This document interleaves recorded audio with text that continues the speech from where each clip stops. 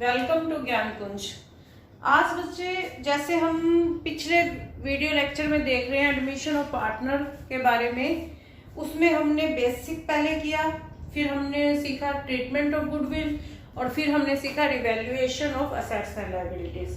आज हम इस चैप्टर का जो टॉपिक है जिसमें हम सीखेंगे रिजर्व एंड अक्यूमुलेटेड प्रॉफिट की ट्रीटमेंट। ठीक है, हमें इस क्वेश्चंस में हमने ये देखना है कि जो रिजर्व पड़े हैं और जो अक्यूमुलेटेड प्रॉफिट है उस फर्म के, उसकी treatment on the time of admission कैसे की जाती है। ठीक है, तो हमारे चैप्टर का नेम है admission of a partner.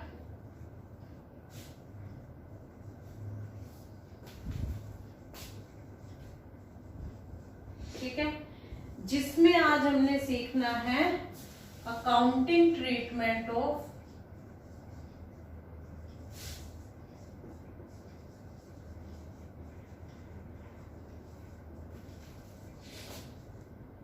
Reserve and accumulated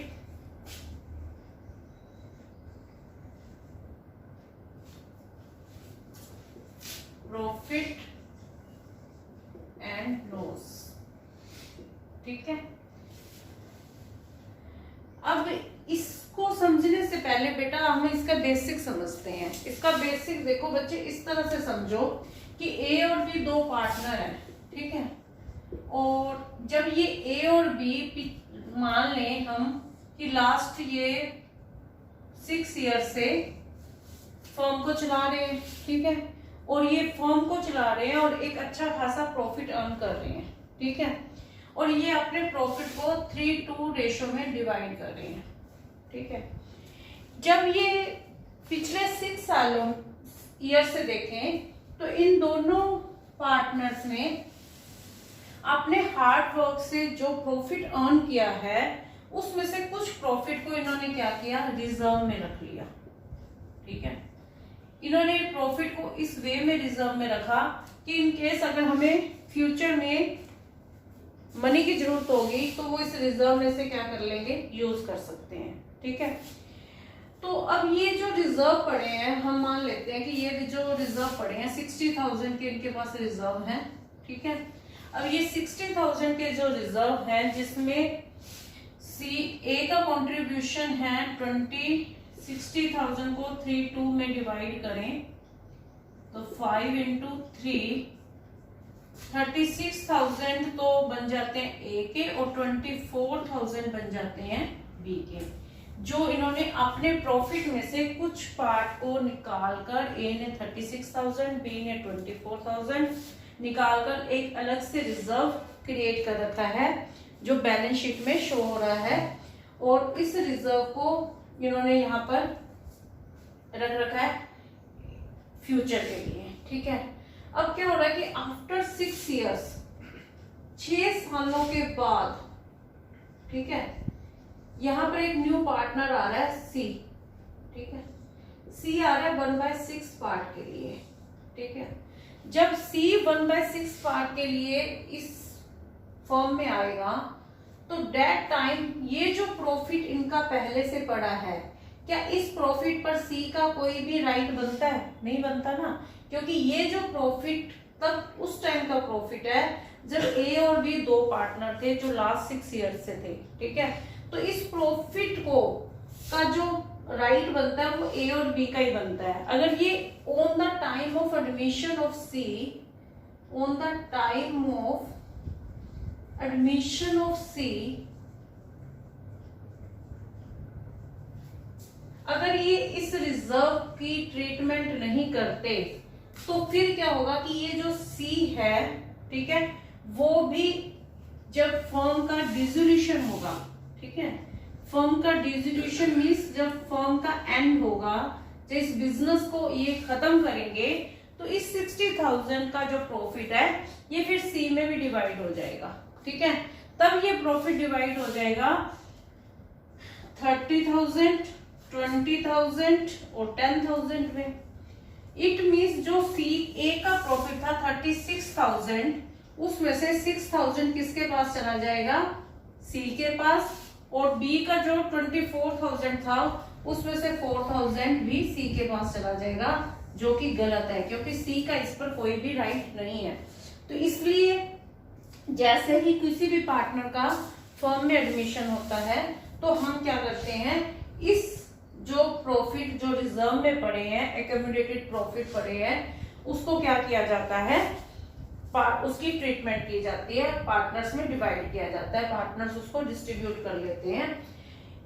इसमें रिजर्व में पड़ा हुआ है, इनकेस अगर कोई लायबिलिटी, इनका कोई लॉस भी होता है तो उसकी भी ट्रीटमेंट की जाती है, क्योंकि वो लॉस भी सी बियर नहीं करेगा, क्योंकि वो सी के उस टाइम का लॉस है जिस टाइम सी पार्टनर नहीं था। ठीक है, तो अब हम सीखेंगे कि इसकी अकाउंटिंग ट्रीटमेंट हम कैसे करेंगे। ठीक है, तो अकाउंटिंग ट्रीटमेंट को सीखने के लिए ये देखिए बच्चे,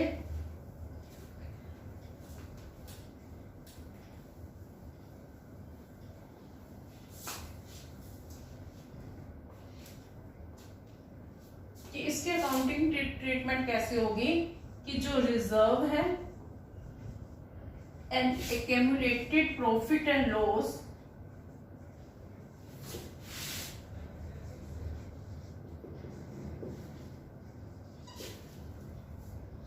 distributed by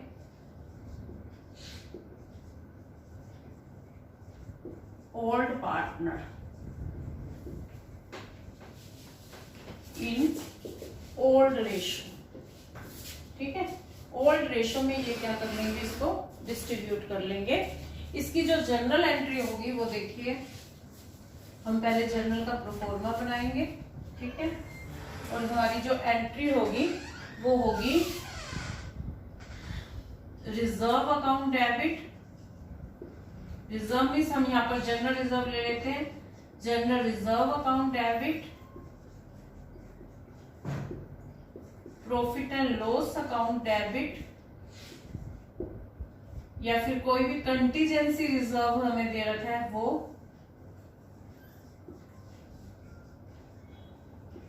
या फिर हमें वर्कमैन कंपनसेशन रिजर्व दे रखा है। इन सब रिजर्व को, या फिर हमें IFR इन्वेस्टमेंट फ्लक्चुएशन रिजर्व दे रखा है,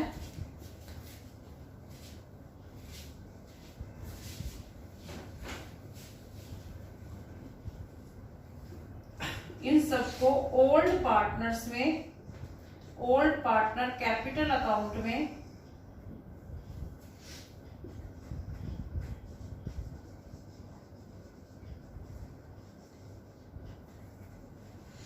ओल्ड रेशो में डिवाइड कर देंगे। ठीक है, यहां पर जब मैं प्रॉफिट एंड लॉस की बात कह रही हूं तो यहां पर हमें ये जो प्रॉफिट होगा, प्रॉफिट एंड लॉस का, हमारे पास क्या होगा, क्रेडिट बैलेंस होगा। ठीक है, क्रेडिट बैलेंस का मतलब होता है प्रॉफिट। अगर हमें इन केस यहाँ पर प्रॉफिट एंड लॉस का डेबिट बैलेंस दे रखा है, मतलब बैलेंस शीट में आपको असेट्स साइड में प्रॉफिट एंड लॉस का बैलेंस दे रखा है, तो डेट टाइम वो क्या होता है, लॉस होता है। ठीक है, अगर हमें प्रॉफिट एंड लॉस अकाउंट का डेबिट बैलेंस गिवन है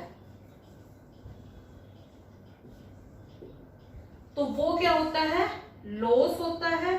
ठीक है, और उस लॉस के लिए जो हमारी एंट्री होती है वो इसकी अपोजिट एंट्री हो जाती है। दैट टाइम हम एंट्री करते हैं पार्टनर कैपिटल अकाउंट डेबिट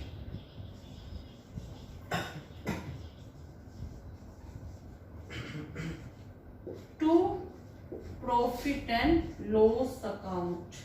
ठीक है, इसके अलावा आपको अगर असेट साइड में, अगर आपको क्वेश्चन में एडवर्टीजमेंट सस्पेंस अकाउंट दे रखा है तो उसकी एंट्री भी यही होगी, partner capital account debit to advertisement expense account. ठीक है, तो वो भी हम क्या करेंगे, ओल्ड पार्टनर्स में ओल्ड रेशो में डिवाइड कर देंगे।